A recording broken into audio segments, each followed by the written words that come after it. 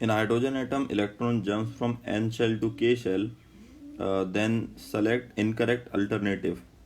Now in this question they have said that it goes from n shell to k shell. So that means you need to understand, suppose if this is the nucleus and this is the first orbit, second orbit, and like that. Okay, like that. So this will be k l m n. So that means for k shell n1 will be 1, and for n shell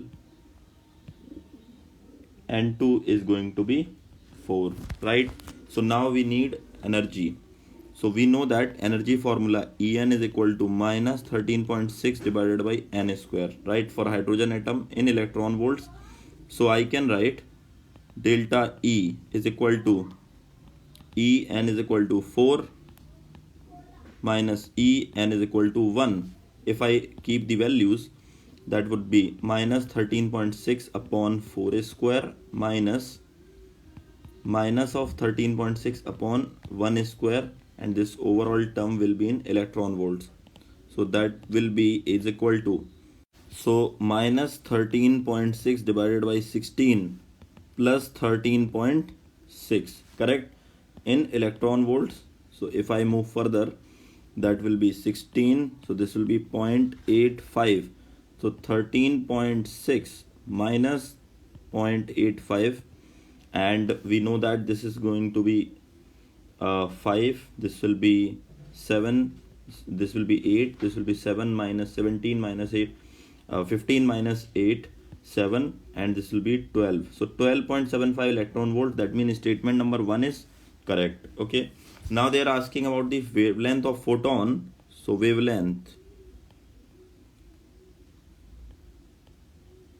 can be written as lambda is equal to 12,400 divided by 12.75 angstrom. Okay, because this energy has to be in electron volts, correct? So directly this answer will be coming out to be in angstrom. So if you solve further, you'll get 975 angstrom approximately.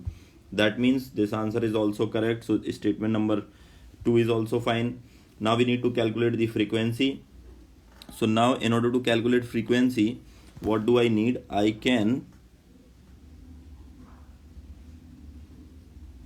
utilize our relation 1 upon lambda is equal to r into 1 upon n1 square minus 1 upon n2 square.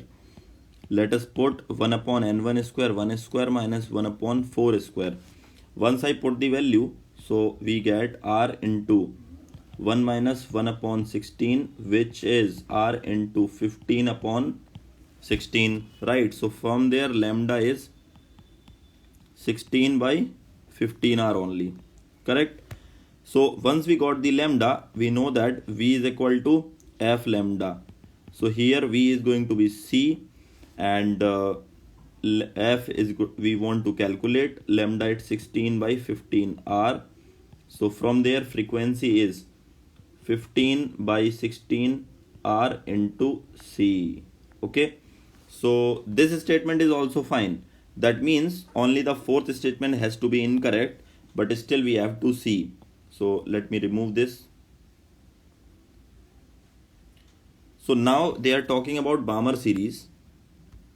So for Balmer series, emitted photon is second member of Balmer series. So first of all understand, Balmer series is, that means first line is n1 is equal to 2, then n2 will be is equal to n will be 3, this is n is equal to 4, and so on. So they are saying second member of Balmer series, that means photon is coming from 4 to 2. So second member of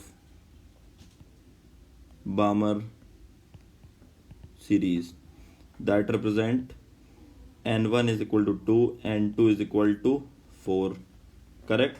What do I mean with that? That is 1 upon lambda is equal to r into 1 upon n1 square minus 1 upon n2 square. For Balmer series, n1 is 2 fixed, So I put the values, n1 is 2 square minus this is 1 upon 4 square. Now this can be written as r into 1 upon 4 minus 1 upon 16. That means r, this will be 16, this will be 4 minus 1. Let us solve further.